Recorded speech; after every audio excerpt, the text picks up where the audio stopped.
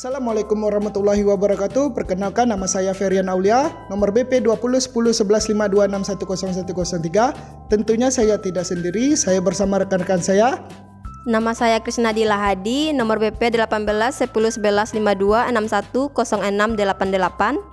Nama saya Dewanda Yuliza, nomor BP 20101152610185. Baiklah, di sini kami akan mempresentasikan hasil kerja kelompok kami yang berjudul Analisis Manajemen Risiko Layanan Sistem Manajemen Dialer menggunakan COVID-5. Baiklah, tanpa memperlama waktu lagi, kita mulai presentasinya. Baiklah, saya akan menjelaskan materi tentang analisis manajemen risiko layanan sistem manajemen dialer menggunakan COVID-5. COVID-5, kerangka kerja COVID-5 atau Control Objective for Information and Related Technology merupakan kerangka kerja komprehensif yang dapat digunakan perusahaan untuk mencapai tujuan dalam area tata kelola dan manajemen TI. COVID-5 FORIS memiliki perspektif manajemen risiko yang terkait cara identifikasi, analisis, serta cara untuk merespon risiko serta tahapan dalam melakukan manajemen risiko. Pemetaan proses TI COVID-5 FORIS terdapat manajemen risiko teknologi informasi. 1. Pemetaan proses TI COVID-5. Melakukan pengelolaan pemetaan proses TI, pemintaan layanan pasar SDM sesuai dengan Domain Deliver Service and Support atau DSS berdasarkan COVID-5 Enabling Process. 2. Pemetaan tipe risiko. Menentukan pemetaan tipe risiko pada layanan SDM yang sudah disediakan oleh COVID-5 FORIS. 3. Kategori risiko.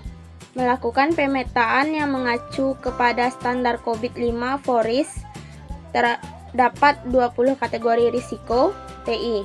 Dalam menentukan ini, hanya dipilih beberapa kategori yang sesuai dengan layanan. Tahapan COVID-5. 1. Faktor risiko yang mencakup penentuan kategori risiko berdasarkan ketentuan yang ada pada best practice. 2. Skenario risiko TI yang terbagi atas dua jenis, yaitu skenario positif dan skenario negatif. 3. Penilaian risiko TI yang membahas mengenai tingkat risiko layanan SDM berdasarkan penilaian risiko berapa kali terjadi dalam setahun atau frekuensi. Berikut ini adalah analisis pemetaan proses TI yang dimana terdapat risiko helpdesk tidak mencatat permintaan layanan TI yang masuk. Dari keterangan risiko tersebut dapat kita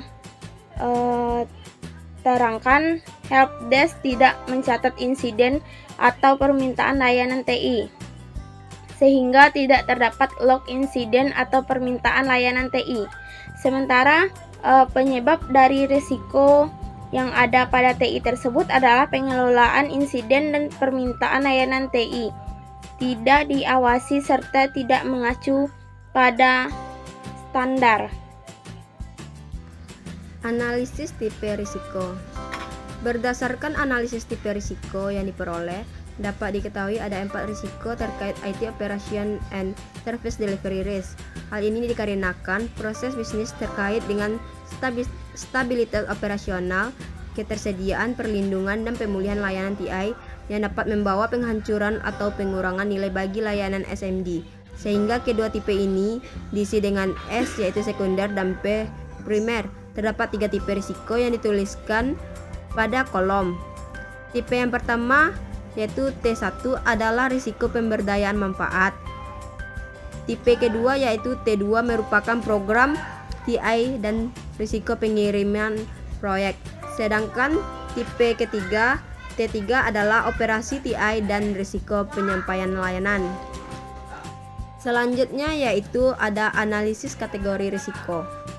Setelah dilakukan pemetaan tipe risiko, kemudian dilakukan analisis risiko. Penelitian ini hanya mengacu kepada satu kategori risiko, yakni staff operation, yaitu Human Error and Malicious Intent, yang mengatur layanan SMD.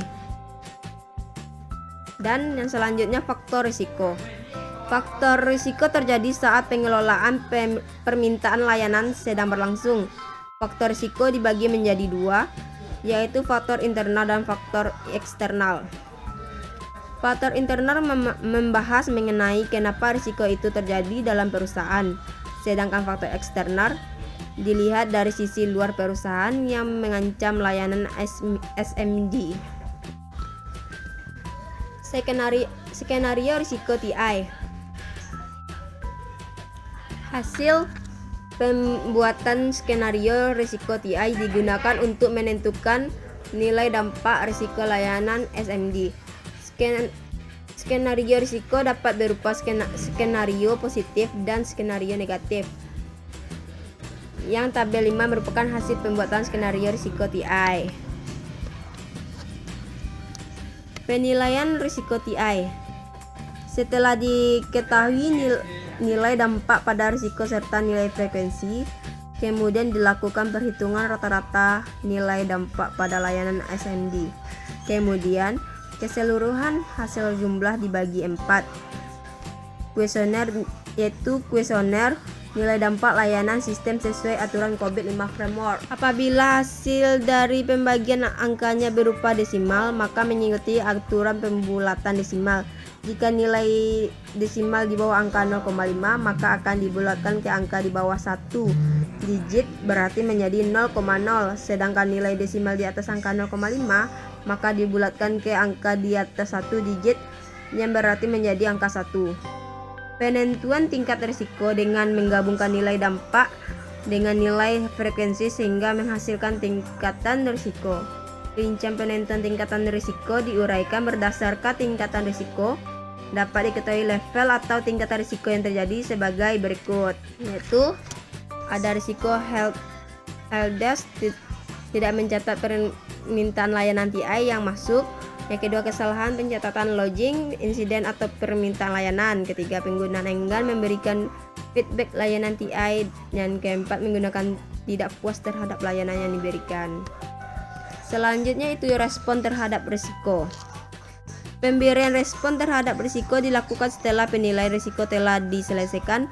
Respon terhadap risiko dapat berupa acceptance, yaitu menerima risiko, mitigate, yaitu mitigasi risiko, avoidance, yaitu menghindari risiko, share atau transfer, yaitu membagi risiko. Dapat dilihat, inilah contoh dari respon terhadap risiko. Assalamualaikum warahmatullahi wabarakatuh. Perkenalkan, nama saya Ferian Aulia, nomor BP 20101152610103. Di sini saya akan melanjutkan presentasi dari rekan saya mengenai, yaitu yang saya akan bahas mengenai langkah mitigasi risiko. Apa itu mitigasi risiko? Setelah dilakukan tanggapan terhadap respon risiko, langkah berikutnya adalah melakukan mitigasi terhadap layanan SMD. Langkah mitigasi risiko ini perlu dilakukan agar perusahaan tidak mengalami kerugian yang lebih besar. Langkah mitigasi untuk layanan SMD mengacu pada proses yang dipilih, yaitu APU 11 dan DSS 01. Nah, selanjutnya kesimpulan. Berdasarkan uraian analisis manajemen risiko layanan SMD di salah satu perusahaan otomotif pada proses APU 11 dan DSS 01, dapat ditarik kesimpulan sebagai berikut. Yang pertama, berdasarkan perhitungan nilai dampak dengan nilai frekuensi, tingkatan risiko paling tinggi adalah risiko penggunaan enggan memberikan feedback layanan TI. Tingkat medium terdapat dua risiko, yaitu risiko helpdesk, tidak mencatat permintaan layanan TI yang masuk, dan kesalahan pencatatan login. Insiden atau permintaan layanan sedangkan tingkat low, yaitu risiko menggunakan tidak puas terhadap layanan yang diberikan. Yang kedua, langkah mitigasi yang direkomendasikan berdasarkan proses DSS 01. Antara lain, perusahaan perlu memelihara dan menjalankan kewajiban proses dan operasional dan tugas operasional secara andal dan konsisten. Melakukan evaluasi kegiatan helpdesk di setiap minggu, melakukan training atau workshop untuk helpdesk.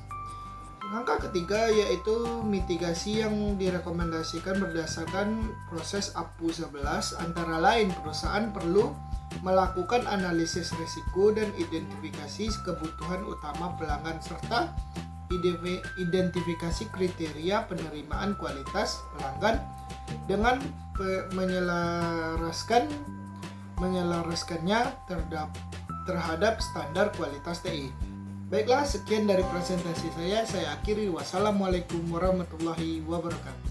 Baiklah, itulah hasil dari presentasi kami. Lebih dan kurang mohon dimaafkan. Wassalamualaikum warahmatullahi wabarakatuh.